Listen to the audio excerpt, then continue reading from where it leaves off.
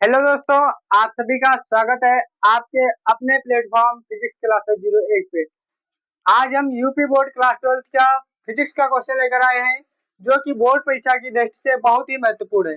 कई बार बोर्ड परीक्षा में पूछा भी गया है। तो देख लेते हैं प्रश्न क्या है कि दो आवेशित चालकों को तार द्वारा जोड़ने पर ऊर्जा हानि का सूत्र स्थापित कीजिए। यानी कि हमसे पूछा जा रहा है, यदि दो चालक हैं, यदि उन्हें हम किसी तार के द्वारा जोड़ दें तो उन दोनों चालकों के लिए जो ऊर्जा हानि का सूत्र आएगा या ऊर्जा हानि आएगी वो कितनी होगी। क्या यही क्वेश्चन पूछा जाता है अथवा के लिए। सिद्ध कीजिए ऊर्जा हानि डेल्टा यू बराबर C1 C2 V1 minus V2 का होल स्क्वायर बटे 2C1 प्लस C2। हमें प्रूव करना होता है इस क्वेश्चन में कि डेल्टा यू यानी कि ऊर्जा हानि जो होती है वो होती है C1 C2 यानी कि पहले चालक की धारता तथा दूसरे चालक की धारता तथा दोनों चालकों की विभव का अंतर का स्क्वायर बटे में 2 इंटू C1 प्लस C2 होता है। तो इसके लिए हमने बना लिया है दो चालक। मान लेते हैं ये दोनों चालक जो है वो पहला चालक जो है वो ए है और दूसरा चालक बी है। मान लेते हैं अगर ये दोनों चालक, हमसे पूछा तो जा रहा है जब दोनों चालकों को क्या किया जाए, तार द्वारा जोड़ दिया जाए। लेकिन अगर हम तार से जोड़ने से पहले देखें, यदि इस चालक का हम धारता देखें तो इस चालक की धारता जो होगी वो C1 होगी और इस चालक की धारता C2 होगी। क्योंकि दोनों चालक अलग अलग है तो इनकी धारता भी अलग अलग होगी।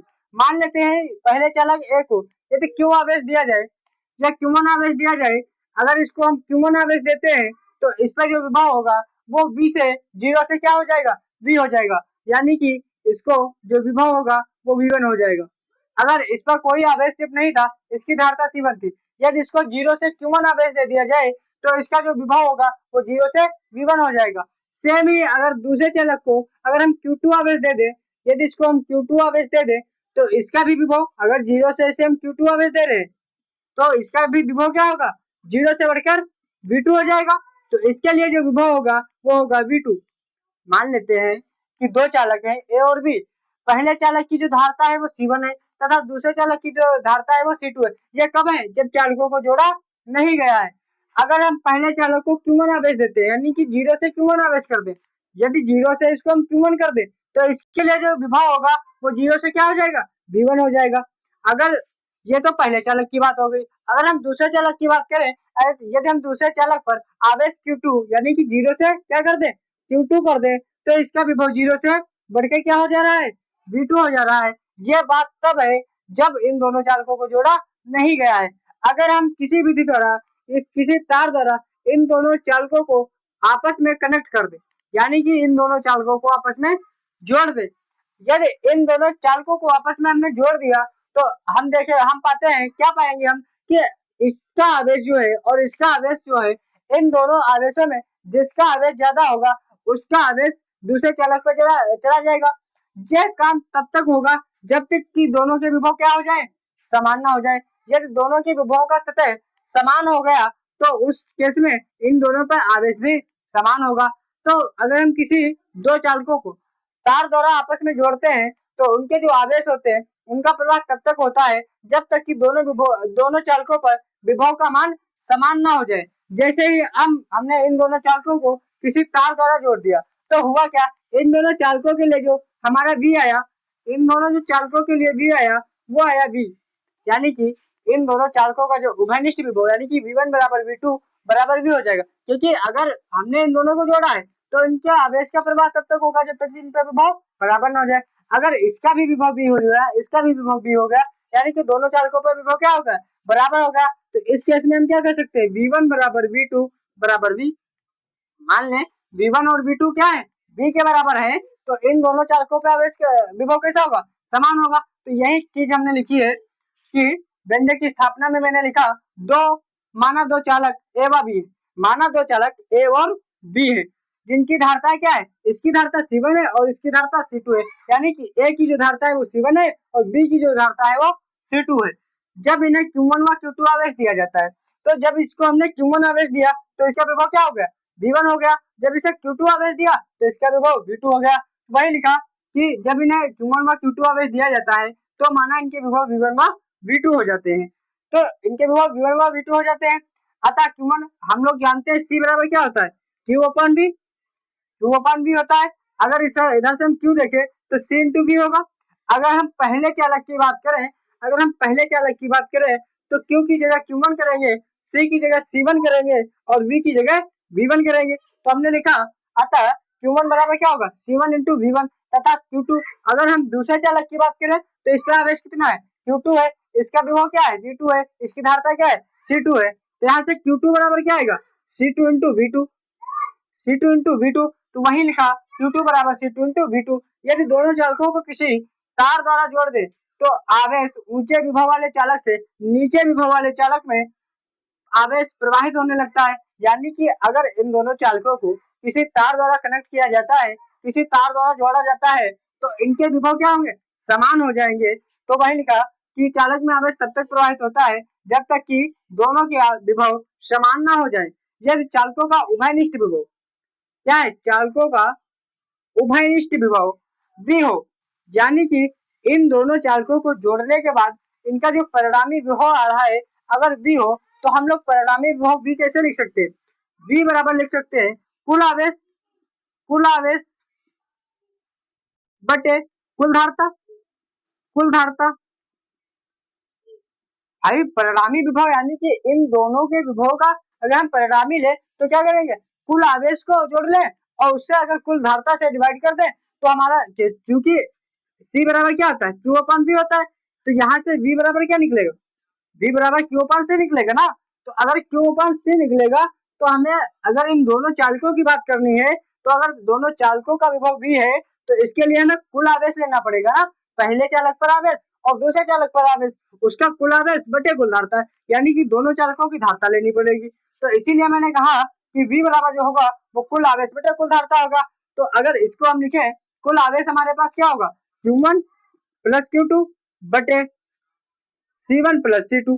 धारता क्या होगी पहले की धारता तथा दूसरे की धारता, और आवेश क्या होगा कुल पहले चालक पर आवेश और दूसरे चालक पर आवेश। तो पहले चालक पर आवेश Q1 है, दूसरे पर Q2 है बटे C1 प्लस C2, यानी कि पहले की जो धारता है वो C1 है, दूसरे की धारता C2 है। तो यहाँ से अब हम जानते हैं कि Q1 और Q2 की हमारे पास वैल्यू क्या है, Q1 बराबर C1 V1 है, तो Q1 की जगह रखेंगे C1 V1 प्लस Q2 की जगह क्या है C2 इंटू V2, तो यहाँ से रखेंगे C2 इंटू V2 बटे C1 प्लस C2 को ऐसे ही रहने देते हैं C1 प्लस C2। इसको मान लें हम समीकरण नंबर 1, ये हमारे पास आ गया उभयनिष्ठ विभव। तो यहाँ से इसको मान लिया समीकरण नंबर 1।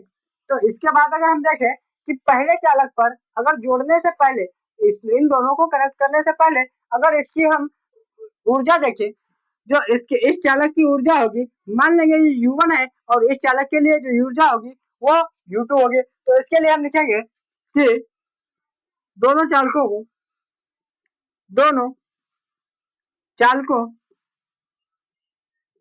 को जोड़ने से पहले पहले चालक पर संचित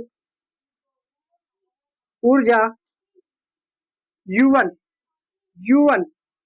बराबर क्या होगा, यानी कि पहले चालक की बात की जा रही है और हमारे पास जो वैद्युत स्थितिज ऊर्जा U का फार्मूला होता है वो होता है 1/2 of C into V square. यही तो हमने पढ़ा है कि जो वैद्युत स्थितिज ऊर्जा यानी कि संचित ऊर्जा या वैद्युत स्थितिज ऊर्जा जो होती है वो होती है हाफ CV स्क्वायर। तो CV यानी कि अगर हम पहले चालक की बात करें तो उसके लिए अगर हम इसको U1 ले रहे हैं तो पहले चालक के लिए अगर हम बात कर रहे हैं चालक A की, तो इसके लिए इसकी धारता लेनी पड़ेगी। तो चालक A की धारता हमारे पास है क्या, हमारे पास चालक A की धारता है C1, तो इसके लिए C की जगह C1 और V क्या है विभव है, और पहले चालक के लिए जो विभव है वो क्या है जोड़ने से पहले तो इसका विभव V1 है, तो इसके लिए ये होगा V1, यानी कि हम U1 क्या लिख सकते हैं 1/2 of C1 into V1 square. यहाँ U1 बराबर क्या आएगा 1/2 into C1 into V1 square. अगर हम बात करें दूसरे चालक की, दूसरे चालक पर संचित ऊर्जा U2 बराबर क्या आएगा, हम जानते हैं U बराबर क्या होता है हाफ CV स्क्वायर, लेकिन हम बात कर रहे हैं दूसरे चालक की, दूसरे चालक पर हमारा जो ऊर्जा होगी वो क्या होगी U2 हो जाएगी। अगर दूसरे चालक की धारता की बात करें तो दूसरे चालक पर धारता है कितनी? दूसरे चालक पर हमारे पास धारता क्या है? C2 है।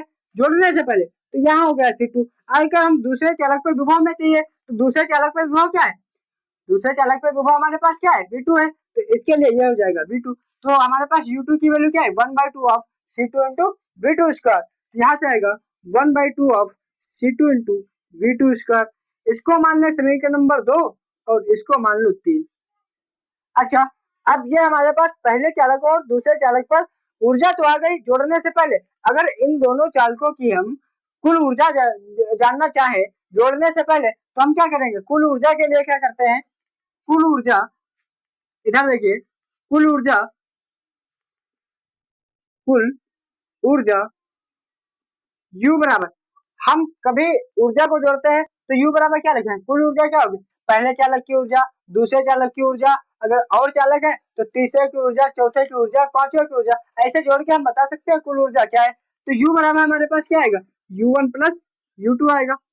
यही तो आएगा। अगर U1 प्लस U2 आएगा तो समीकरण 2 और 3 से हम जानते हैं, इसको मान लो 4। तो समीकरण समीकरण 2, 3 व 4 से U बराबर हमारे पास क्या आएगा? U1 की वैल्यू क्या? 1/2 of C1 V1 square plus 1/2 of C2 V2 square. यहाँ से U हमें पता चल गया। अच्छा, हमें निकालना क्या था? हमें तो लाना है डेल U, यानी कि ऊर्जा हानि का व्यंजक प्राप्त करना। लेकिन हमारे पास U निकल के आ गया, U निकल के आ गया। अब अच्छा, हमें डेल U निकालना है। अगर हमने ये तो ऊर्जा तब आई, ये ऊर्जा तब आई है जब हमने दोनों चालकों का क्या किया है? जोड़ा नहीं है। जब तक दोनों चालक अलग अलग हैं तब हमारे पास ऊर्जा ये आई। अगर इन दोनों चालकों को आपस में हम किसी तार से जोड़ देते हैं तब देखते हैं ऊर्जा में जो हानि होगी या वृद्धि होगी वो क्या होगी। अगर इसकी बात हम करें तो इसके लिए हमने कहा कि अगर दोनों चालकों को जोड़ेंगे तो इन दोनों चालकों का विभव क्या होगा? समान हो जाएगा। अगर इस स्थिति में देखें तो दोनों चालकों को दोनों चालकों चालकों को जोड़ने जोड़ने के पश्चात पश्चात पश्चात पश्चात जो ऊर्जा आएगी, ऊर्जा ऊर्जा ऊर्जा या लिखो वैद्युत वैद्युत वैद्युत स्थितिज स्थितिज स्थितिज ऊर्जा ऊर्जा कैपिटल, ये U माना है तो इसको U डैश कर ले, कोई दिक्कत। इसको U डैश बराबर 1/2 ऑफ, देखो जब हमने जोड़ा नहीं था तब हमारे पास क्या था? U1 plus U2। अगर हमने जोड़ दिया है तो उस स्थिति में सिर्फ हमारे पास V जो है वो कॉमन आएगा, यानी कि वो दोनों के लिए सेम होगा। लेकिन C1 C2 धारताएं तो अलग अलग है। अगर धारताएं अलग अलग आए तो वो तो अलग होंगी, लेकिन अगर हम चालक को जोड़ते हैं तो उससे हमारा विभव तो चेंज होता है, विभव तो समान होता है, लेकिन धारता पर कोई फर्क नहीं पड़ता। अगर धारता पर कोई फर्क नहीं पड़ेगा तो C1 C2 तो अलग रहेंगे, लेकिन अगर V1 V2 क्या हो जाएंगे? बराबर हो जाएंगे। तो इसमें अगर हम V1 V2 को कॉमन करें यानी कि V कर देंगे तो क्या आएगा? 1/2 of C1 plus C2 into V square कह सकते हैं, ऐसा कह सकते हैं V स्क्वायर। अगर दोनों के लिए V अलग होगा तो हमारे पास वापस से U का फार्मूला आ जाएगा। लेकिन जैसे ही हमने दोनों चालकों को आपस में कनेक्ट किया, जोड़ दिया, तो हमारे पास जो ऊर्जा U डैश बराबर आई वो आई 1/2 of C1 plus C2 into V square, जहाँ V क्या है? उभयनिष्ठ विभव है। और उभयनिष्ठ विभव को हम जानते हैं समीकरण 1 से कि उभयनिष्ठ विभव का जो फार्मूला है वो है C1 V1 plus C2 V2 बटे C1 प्लस C2। ये वैल्यू उठा के हम समीकरण नंबर 5, इसको 5 करो, इसको 6 में रखते हैं तो समीकरण समीकरण 1 व 6 से तो U डैश बराबर हमारे पास आया 1/2 of C1 1/2 of C1 plus C2 into V square. यहाँ से क्या होगा? C1 V1 plus plus C2 V2 बटे C1 प्लस C2, ऐसा आ जाएगा।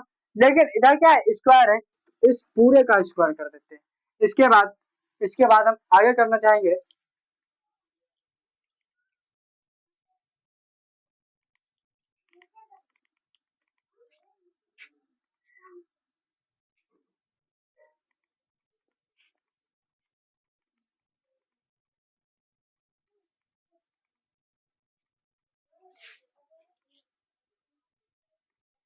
हाँ, तो मैंने इसको रेस्ट कर दिया है, तो यू डैश बराबर हमारे पास ये आया। तो इसके बाद अगर हम ऊर्जा ऊर्जा हानि